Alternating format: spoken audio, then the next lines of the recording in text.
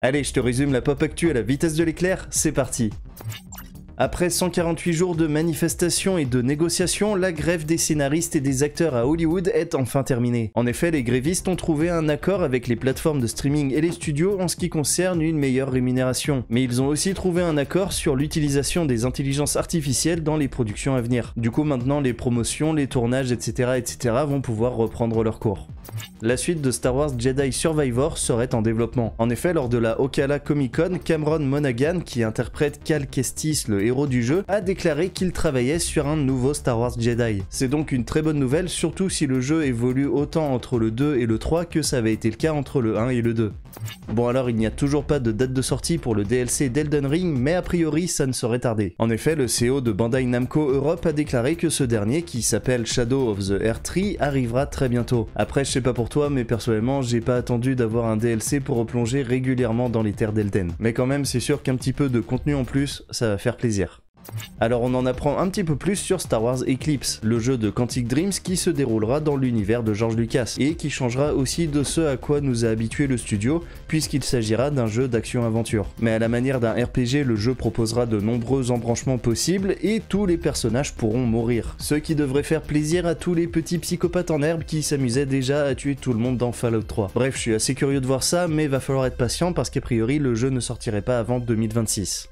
Il y a quelques jours, Nippon TV a racheté 42,3% des parts des studios Ghibli. Et du coup, la première conséquence de ce rachat est que les studios Ghibli vont également produire des séries. C'est en effet ce qu'a annoncé le président des studios. Personnellement, je trouve ça assez cool et je suis assez curieux de voir ce que vont donner les premières séries Ghibli. En attendant, je te rappelle que le dernier film de Miyazaki, Le Garçon et le Héron, qui est déjà sorti au Japon, sortira le 1er novembre 2023 en France.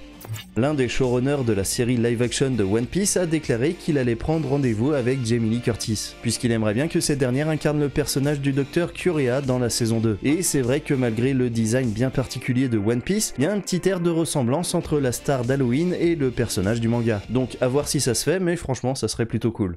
Uma Thurman et Samuel Jackson se retrouvent à l'affiche du même film 29 ans après Pulp Fiction et franchement ça fait plaisir. Surtout que le film en question a l'air plutôt cool. Ça s'appelle The Kill Room et ça raconte l'histoire d'un tueur à gages qui devient accidentellement tendance dans le monde de l'art. Alors c'est un film qui est déjà sorti aux États-Unis, mais par contre je sais pas où et quand on pourra le voir en France.